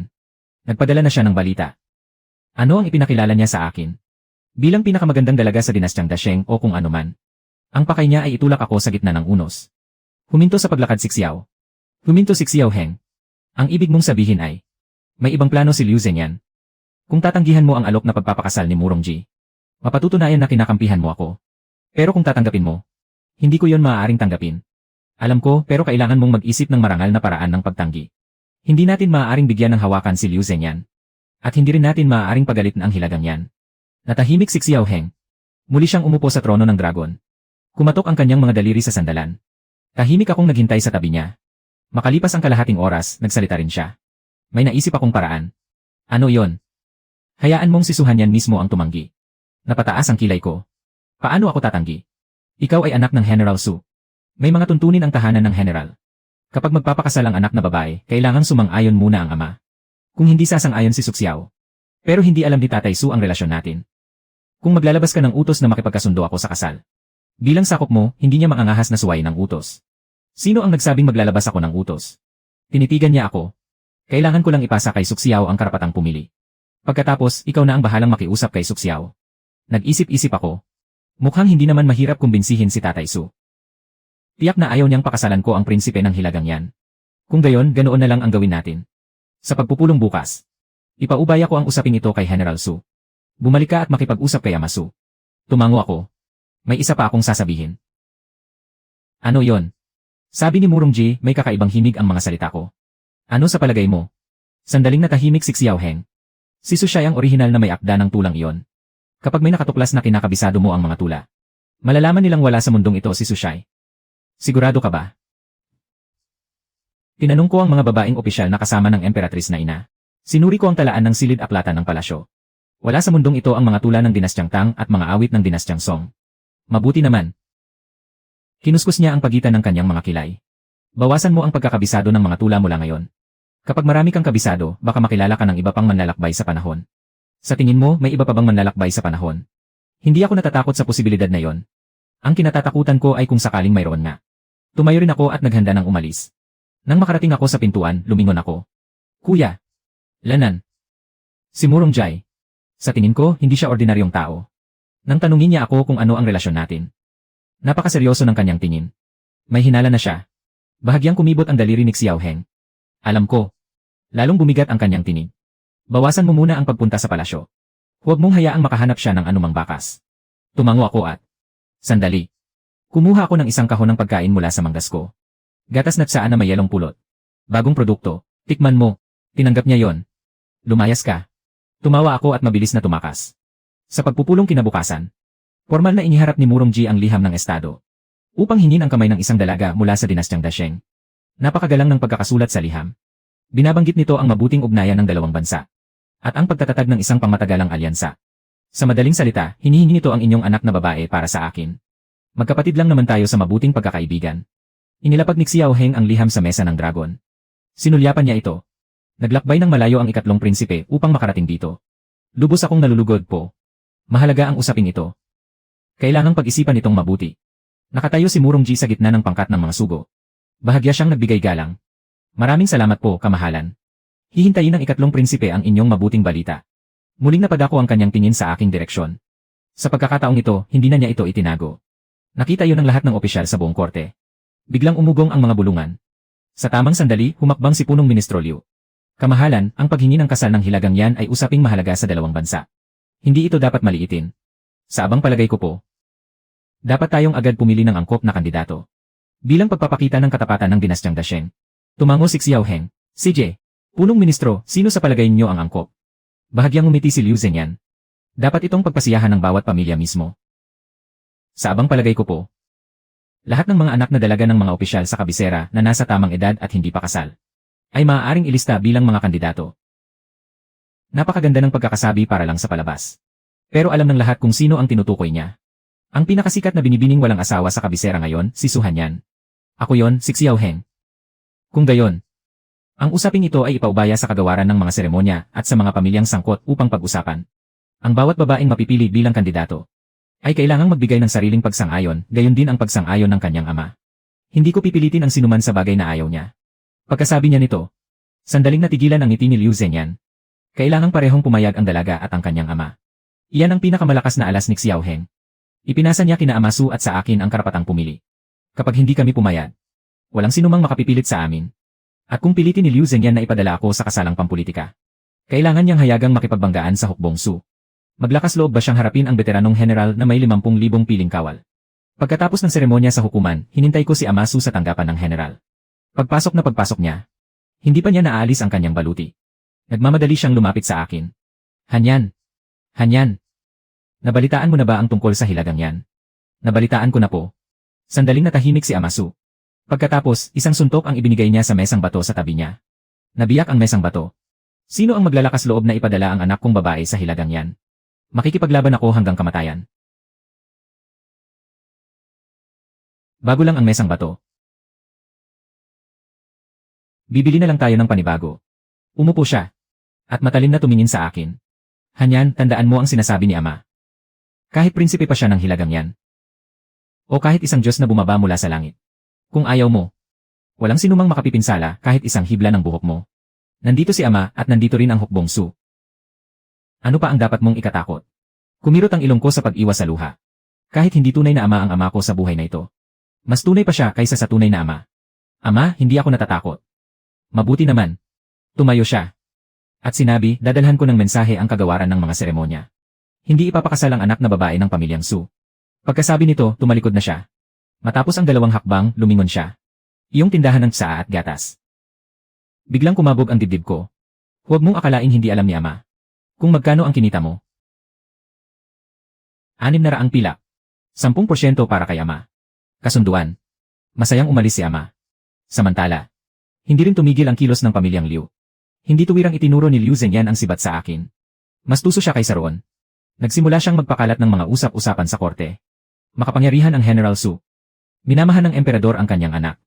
Ngayon, pati ang kasalang pampolitika ay kaya na nilang tanggihan. Hindi ba't napakalaki na ng kapangyarihan ng pamilyang Su? Palihim na kumalat sa korte ang ganitong mga paratang. Hindi ito tuwirang sinabi ni Liu Zhenyan. Mga alagad, dating opisyal, at mga konektado sa kanya ang gumagawa nito. Ibinabanggit nila ito ng kunwari ay walang mali siya sa iba't ibang pagkakataon. Natural lamang na napansin ito ni Xiao Heng. Ngunit ang paraan ng kanyang pagtugon ay hindi inaasahan ng lahat. Pagkaraan ng 3 araw sa seremonya sa umaga.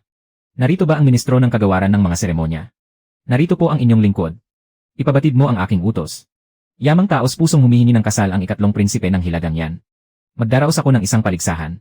Ang mga babaeng nasa tamang edad mula sa bawat pamilya sa kabisera ay maaaring kusang sumali. Susukatin natin ang husay sa panitikan, sining ng pakikipaglaban, at iba't ibang talento. Ang magwawagi ay personal na ikakasal sa taong itatalaga ko. Nagkagulo ang buong korte. Natigilan si Liu Zhenyan. Hindi ito ang inaasahan niyang mangyari. Kung magkakaroon ng paligsahan, hindi na ito usapin ng pagkiling ng emperador sa pamilyang Su, kundi ng pagsasalita gamit ang sariling kakayahan. Kung mananalo si Su Hanyan, magiging marapat at makatarungan ang lahat. Kung matalo si Su Hanyan, hindi na niya kailangang magpakasal. Dahil kusang loob siyang sumali. Maaari namang hindi na lang sumali si Su Hanyan. Paulit-ulit na nagbago ang mukha ni Liu Zhenyan. Napagtanto niyang naipit siya sa sarili niyang bitad. Sa isang mapanuyang tingin, tuluyang itinapon ng emperador ang paratang na kinakampihan niya ang pamilyang Su. Ngunit may itinago pa siyang ibang alas. Pagkatapos ng sesyon sa korte, hinanap ni Liu Zhenyan si Shen Linyuan. Sa isang tabi ng residensya ng Anyuan. Nakaupo si Shen Linyuan at nag-iisang umiinom para malunod ang sama ng loob. Mahigit 1 buwan na mula nang bawiin ang titulo niya bilang tagapagmana. Labis na siyang nanghina at nasiraan ng loob. Tumog na ang balba sa kanyang baba. Maitim ang mga bilog sa ilalim ng kanyang mga mata.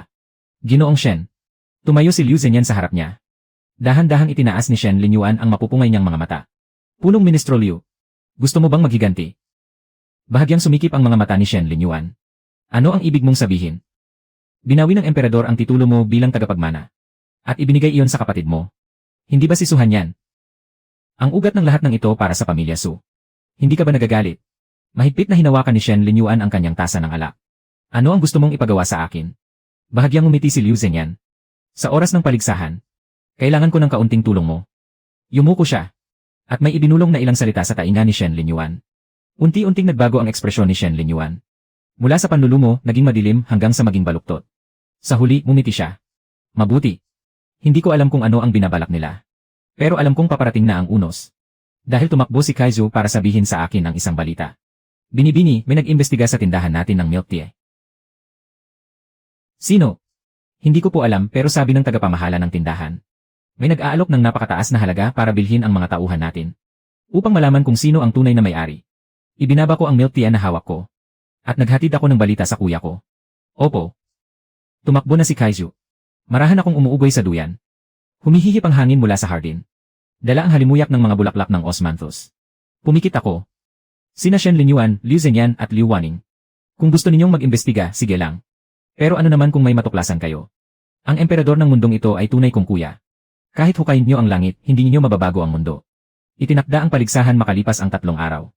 Gaganapin ito sa mahalikang hardin.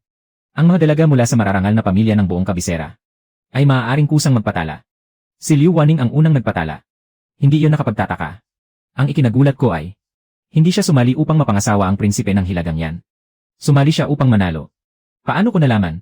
Dahil isang araw bago ang paligsahan. Muli akong hinanap ni Murong Ji. Sa pagkakataong ito, sa labas ng bulwagan ng mga ninuno ng Emperatriz. Pupunta ako roon upang ihatid sa Emperatriz ang bagong milk tea. Naging tapat kong customer ang Emperatriz na ina. Nang siya ay lumabas, sumandal siya sa haligi ng pasilyo at naghintay. Binibining Su. Ikatlong prinsipe. Narinig kong hindi ka nagpatala sa pagsusulit. Wala akong interes. Umiling siya. Wala rin akong interes. Ano ang ibig mong sabihin? Lumapit siya ng 2 hakbang. At ibinaba ang kanyang tinig. Binibining Su. May sasabihin ako sa'yo. May tauhan ni punong ministro Liu na lumapit sa akin. Sinabi niyang kung pipiliin ko ang dalaga ng pamilya Liu sa pagsusulit, may ibibigay sa akin si punong ministro Liu pagkatapos. Ano naman iyon? Ang mapa ng depensa sa hilagang kanluran ng dinastyang Dasheng. Biglang nanlamig ang dugo ko. Ang mapa ng depensa, lihim militar iyon. Ginagamit ni Liu Zhenyan ang lihim militar bilang paninda. Pagtataksil sa bayan yan. Bakit mo ito sinasabi sa akin? Pinagmasdan ni Murong Ji ang aking reaksyon. Bahagyang umangat ang gilid ng kanyang labi. Dahil hindi interesado ang ikatlong prinsipe sa mapa ng depensa. Kung gayon, saan ka interesado? Diretso niya akong tinitigan ng kulay abong mga mata. Interesado ako sa iyo, Binibining Su. Magaling akong kumilala ng tao. Hindi ka ordinaryong anak ng isang general. May kakaiba sa iyo. Paano ko ba ito sasabihin? Isang aura na hindi nabibilang sa panahong ito. Biglang kumabog ang puso ko. Biro lang iyon ng ikatlong prinsipe. Hindi ako kailanman nagbibiro. Umatras siya ng isang hakbang. May isang bagay akong ipaalala sa iyo. Tungkol sa pagsusulit bukas. Naghanda ng patibong ang pamilya Liu. Kikilos si Shen Linyuan, mag-ingat ka. Pagkatapos, tumalikod siya at umalis. Iniwan niya akong nakatayo roon. Bahagyang nanginig ang aking mga daliri. Hindi ako takot kay Shen Linyuan. Ang kinatatakutan ko ay ang bibig ni Liu Zhenyan. Ang mapa ng depensa. Talaga bang naglakas loob siyang ipagpalit ang ganitong bagay? Humina ako ng malalim. Pagkatapos ay tumalikod ako at tumakbo patungo sa palasyo ng Yangtsin. Makalipas ang kalahating oras sa palasyo ng Yangtsin. Matapos pakinggan ni Xiao Heng ang sinabi ko. Namutla ang kanyang mukha sa galit. Ngunit hindi siya sumabog sa galit na parang kulog. Sa halip kakaiba ang kanyang pagiging kalmado sa pagkakataong ito.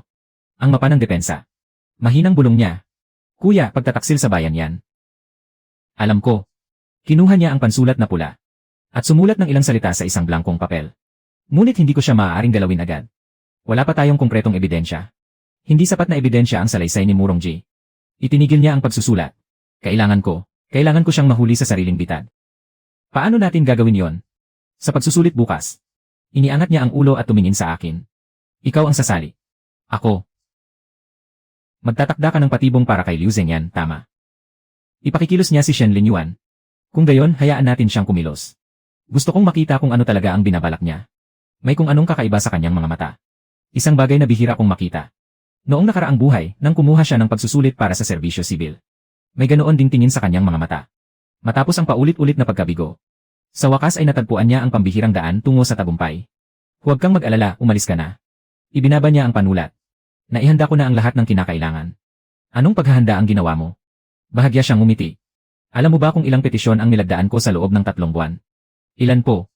16,327. Kung gayon. Kaya siniyasat ko ang bawat tao sa korte.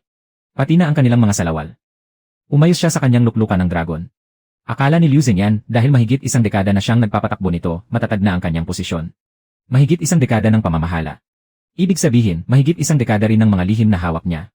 Kumatok siya sa isang lihim na lagayan sa ilalim ng mesa ng dragon. Narito ang lahat. Pinagmamasdan ko siya. Bigla kong naisip na ang pagkapasa ng kuya ko. Sa pagsusulit ng serbisyo sibil ang siya palang normal. Ang hindi niya pagkapasa ang tunay na kawalan ng mundong ito. Araw ng pagsusulit at ang hardin ng palasyo ay pinalamutyan ng mga parol. Punong-puno ng mga manonood ang mga upuan.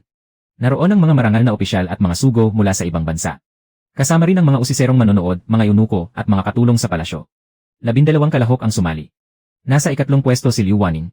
Suot niya ang isang paldang kulay bughaw na parang tubig. Sa kanyang ayos ng buhok ay nakakabit ang kumikislap na palamuting paru-paro. Kumikinang ito sa ilalim ng sikat ng araw. Mukha siyang lubos na kampante. Samantalang ako, ang 13 kalahok na si Su Hanyan, ay 1 oras bago magsara ang pagpapatala. Nang personal na isinama ni Ginoong Li ang pangalan ko. Kumalat ang bulungan sa buong lugar. Lumingon sa akin si Liu Waning. Saglit na dumaan ang pagkagulat sa kanyang mga mata. Ngunit agad niyang ibinalik ang mahinahon niyang ngiti.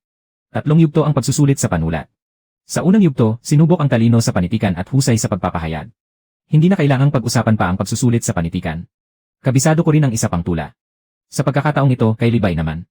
Hindi mo ba nakikita, ang tubig ng dilaw na ilog ay bumababa mula sa kalangitan? Tutal, wala namang libay sa mundong ito. Hindi rin naman nagpahuli si Liu Wanning. Maayos, elegante, at marikit ang kanyang tula. Nakatanggap ito ng masigabong palakpakan. Tabla ang unang yugto. Sa bahagi ng mga talento, tumugtog si Liu Wanning ng isang sinaunang awit sa Qin. Sa totoo lang, napakahusay niyang tumugtog. Maluwag at dumadaloy ang galaw ng kanyang mga daliri. Habang malinaw at banayad ang tunog ng Qin. Nagpalakpakan at humiyaw sa paghanga ang buong bulwagan.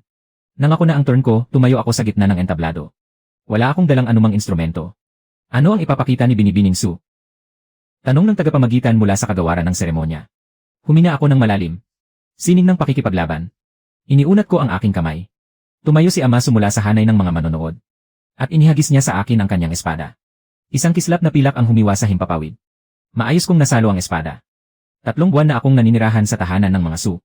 Araw-araw akong pinipilit ni Amasu na magsanay ng espada. Bago pa ako napunta rito, kasapi na ako ng pangkat pang sining sa pakikipaglaban ng paaralan. Bagaman hindi lubusang magkapareho ang makabagong sining ng pakikipaglaban. At ang sinaunang pamamaraan ng espada. Malakas ang katawan na ito. At may pundasyon na rin ako mula sa aking mga alaala. Sapat na ang 3 buwan para makabuo ako ng isang kahanga-hangang anyo ng pakikipaglaban sa espada. Ang liwanag ng espada ay tila puting seda. Sa ilalim ng araw, ang mga kislap na pilak ay naghabi. Ng isang lambat na hindi mapasukan ng hangin. Sa huling galaw, itinutok ko ang dulo ng espada sa harap at nanatiling nakapirme. Natahimik ang buong lugar pati ang mga uwak. Pagkatapos ay umalingaw-ngaw ang palakpak na parang kulog. Sa hanay ng mga manonood, halos mapula na sa kakapalakpak ang mga palad ni Amasu. Halos hindi na niya maisara ang bibig sa kakatawa. Si Murong Ji ay nasa hanay ng mga sugo. Lalong kumislap ang kulay abong mga mata. Samantala, namutla ang mukha ni Liu Wanning. Ang paksa sa ikatlong round ay ang saligan ng isang bansa. Panitikan at militar. Si Liu Wanning ang unang sumagot. Bumanggit siya ng mga klasikong akda. At mahusay na naglahad ng kanyang pananaw. Ang punto niya ay pamahalaan ang bansa sa pamamagitan ng kultura. At mapasunod ang mga tao sa pamamagitan ng kabutihan. Napakaganda at napakatumpak ng pagkakasabi niya. Talagang pang-aklat aralin. Nang ako naman ang tinawag, tumayo ako. Tumingin ako sa paligid. At saka nagsalita. Kung walang kultura, hindi makararating ng malayo. Kung walang lakas militar, hindi makatatayo ng matatag. Hindi ako bumanggit ng mga klasikong akda. Diretsahan lang ang ginamit kong pananalita. Kung walang kultura, hindi makararating ng malayo ang isang bansa. Pero kung walang lakas, hindi rin ito makatatayo. Kung gusto mong makinig sa katuwiran ng mga karatig bansa, ipakita mo muna na mas matigas ang kamao mo kaysa sa kanila. Kung nais mong mamuhay ng payapa at masagana ang mga mamamayan, siguraduhin mo munang hindi mangahas tumawid ang mga kaaway sa hangganan. Kaya hindi pagpipilian ang kultura o militar. Sila ay kaliwa at kanang kamay. Kapag nawala ang isa, magiging inutil ang katawan. Sandali akong tumigil. Siyempre, dumaan ang tingin ko sa direksyon ni Liu Zhenyan. Kung may taong nagsasalita tungkol sa pamamahala sa pamamagitan ng kultura. Habang palihim namang ipinapadala sa labas ang mga lihim militar ng bansa. Biglang nanigas ang buong paligid. Ang ganitong tao ay hindi karapat-dapat magsalita tungkol sa kultura. Ni hindi rin tungkol sa militar. Ang nararapat sa kanya ay paglilitis sa krimen. Parang nagyelo ang hangin. Sa isang iglap, nagbago ang mukha ni Liu Zhenyan. Bigla siyang tumayo. Bumuka-buka ang kanyang bibig. Sa mismong sandaling iyon, umalinggaw ang tinig ni Xiao Heng mula sa plataporma. Magaling ang pagkakasabi. Tumayo siya. Humahampas sa hangin ang kanyang kasuotang dragon. Maging ako ay naniniwalang karapat dapat siyang litisin sa krimen. 3 beses siyang pumalakpak. Mula sa lahat ng panig ay umalingaw-ngaw ang sabay-sabay na yabag. Sa buong hardin ng imperyo. Dumating ang mga kawal na bantay ng palasyo, nakasuot ng gintong baluti at may hawak na mahahabang sibat. Pinalibutan nila ang buong hardin ng imperyo nang walang makalusot. Parang lupa ang kulay ng mukha ni Liu Zhenyan. Mahal na emperador. Punong ministro Liu Zhenyan. Dahan-dahang bumabasik si Xiao Heng mula sa plataporma. 3 buwan kitang ipinasiyasat. 14 na taon kang namahala. At nagnakaw ng buwis na nagkakahalaga ng 1,200,000 liang na pila. 73 kaso ng pagbebenta ng mga posisyon at ranggo. At lihim na pakikipag-ugnayan sa hilagang yan. Huminto siya sa harap ni Liu Zhenyan.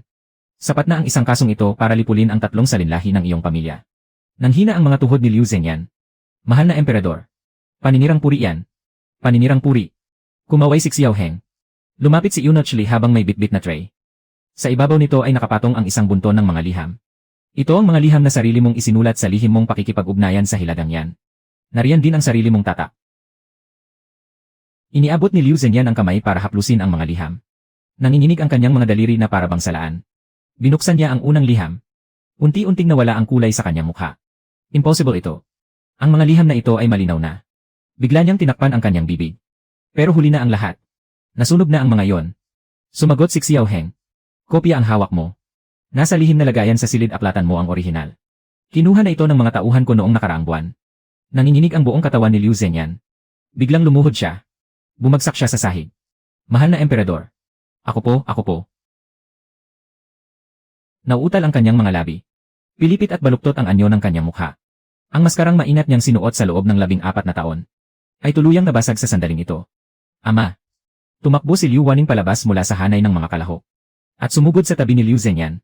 Tumingala siya at tumingin kay Xiao Heng. Umaagos ang kanyang mga luha. Siguradong nagkamali po kayo, mahal na emperador. Imposibleng gawin yon ng aking ama. Liu Waning. Inilipat ni Xiao Heng ang tingin sa kanya. Nakipagsabuatan ka kay Shen Linyuan. At inudyukan siyang. Hamakin ako sa harap ng buong korte sa bulwagan ng gintong trono. Akala mo ba ay wala akong alam? Biglang namutla ang mukha ni Liu Waning. Ako, wala po akong.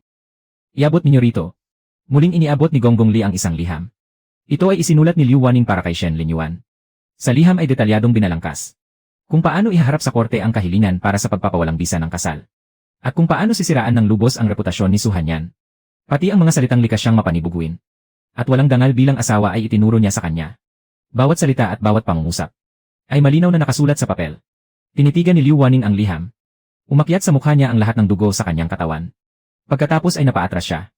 Namumula at namumutla ang kanyang mukha. Binuka niya ang bibig. Ngunit wala siyang masabi ni isang salita. Pagkatapos ay napaupo siya sa sahig na parang nawala ng lakas. Mahal na emperador. Isang tinig ang biglang sumigaw mula sa karamihan. Si Shen Linyuan. Hindi malaman kung saan siya biglang sumulpot. Magulo ang kanyang buhok. Namumula ang kanyang mga mata. Mahal na emperador, si Liu Zhenyan ang nagpilit sa akin. Pinagbantaan niya po ako. Tumahimik ka. Hindi man lamang siya tiningnan ni Xiao Heng. Sa harap ng korte, nilapastangan ni Shen Linyuan ang isang anak ng ministro. Mababa ang asal at marumi ang kanyang pagkatao. Inaalisan siya ng lahat ng parangal at tagumpay. Ibinababa siya bilang isang karaniwang mamamayan. Binabawasan ng isang antas ang ranggo ng Marquis ng Anyuan. Upang magsilbing babala sa iba. Huwag po. Nanginginig si Shen Linyuan na parang babagsak anumang oras. Mahal na emperador, wala na po akong natitira. Nanginginig ang buong katawan niya. Pagkatapos ay humarap siya sa akin. Sa kanyang mapupulang mata ay sa wakas lumitaw ang pagsisisi. Ngunit huli na ang lahat. Su Hanyan. Paos ang kanyang tinig. Ikaw, paano mo nagawa? Ano ba ang ginawa ko? Nakatayo lang ako roon at nakatingin sa kanya. Mula simula hanggang wakas. Bawat ginawa mo ay sarili mong pinili. Walang pumilit sa'yo. Wala akong. Pinili mong hamakin ako. Pinili mong pakinggan si Liu Waning. Pinili mong sabihin sa bulwagan ng gintong trono na wala akong dangal bilang asawa. Umupo ako sa harap niya upang magkatitigan kami. Kaya lahat ng nawala sa'yo ngayon ay sarili mo ring pinili. Marahas na nanginig ang mga balintataw niya. Pagkatapos, naglaho ang ningning sa mga mata niya. Ibinaba niya ang ulo. Paulit-ulit na kumikibot ang mga balikat niya. Walang anumang tunog. Tumayo ako. Pagkatapos ay tumalikod ako at umalis. Sa likuran namin, dinakip ng mga bantay si punong ministro Liu Zhenyan. Dinala siya ng mag-ama at ni Shen Linyuan sa bilangguan. Humampas ang hangin sa Imperial Garden. Nagsiliparan ang mga talulot at nagsabog sa buong lupa. Naglakad ako papunta sa ibaba ng plataporma ng seremonya. Nakatayo roon si Xiao Heng. Nakatayo siyang nakatalikod ang mga kamay. Lumapit ako sa tabi niya. Tumayo ako sa tabi niya. Nagkatinginan kaming dalawa. Wala kaming sinabi. May inilabas siyang isang dalandan mula sa manggas niya. Hinati niya yon sa dalawang bahagi. Iniabot niya sa akin ang kalahati. Tinanggap ko yon. Napakatamis ng dalandan. Mabilis na nalitis at natapos ang kaso ni Liu Zhenyan. Malinaw at matibay ang mga ebidensya ng pagtataksil sa bayan. Hinahatulan siyang ipatapon sa layong 3,000 li. Ipinatapon si Liu Waning kasama ng kanyang ama. Kinumpiska ang lahat ng kanilang ari-arian. Ibinaba si Shen Linyuan bilang isang karaniwang mamamayan. Inalis sa residensya ng Anyuan ang isang antas ng titulo nito. Maayos na minana ni Shen Linan ang titulo. Naging mababang antas na markis lamang ito. Mabuting tao pala ang batang ito. Pagkatapos niyang malaman ang lahat, ang una niyang ginawa ay personal siyang nagtungo sa bahay upang humingi ng tawad kay Amasu. Matagal siyang tinitigan ni Amasu. Bumuntong hininga siya. Pagkatapos ay iwinasiwas niya ang kamay. Sige na, wala ka namang kinalaman dito. Umuwi ka na at gampanan mong mabuti ang pagiging marquis. Umalis si Shen Linan matapos paulit-ulit na magpasalamat. Tungkol naman kay Murong J. Matapos ang paligsahan, nanatili pa siya sa kabisera ng kalahating buwan. Ngunit hindi nagkatuluyan ang usapin ng pag-iisang dibdib. Nadakip si Liu Zhenyan. Kaya nawala na rin ang dati niyang pakikipagkasundo. Pero bago siya umalis, muli niya akong hinanap. Sa pasilyo pa rin sa labas ng templo ng Emperatrice na ina. Binibining Su. Ikatlong prinsipe. Babalik na ang prinsipe sa hilagang yan. Naway maging maaliwalas ang iyong paglalakbay. Bahagya siyang ngumiti. Hindi mo ba talaga pag-isipan ang pagpunta sa malawak na kaparangan ng hilagang yan? Napakaganda roon. Hindi, takot ako sa lamig. Tinitigan niya ako. May bahid ng panghihinayang sa kulay abong asul niyang mga mata. Kung gayon, may huli akong itatanong sa'yo. Magtanong ka. Ano ba talaga ang relasyon niyo ni Xiao Heng? Tinitigan ko siya. Ano sa palagay mo? Sandali siyang natahimik.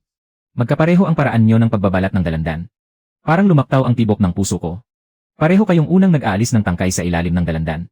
Pagkatapos, binabalatan niyo ito mula sa gilid. Ngayon lang nakakita ang prinsipe ng ganitong paraan ng pagbabalat. Pero kayong dalawa, eksaktong magkapareho. Nakakakilabot ang talas ng pagmamasid niya. Nagkataon lang. Sabi ko nga. Totoo ba? 3 segundo niya akong tinitigan. Pagkatapos ay ngumiti siya.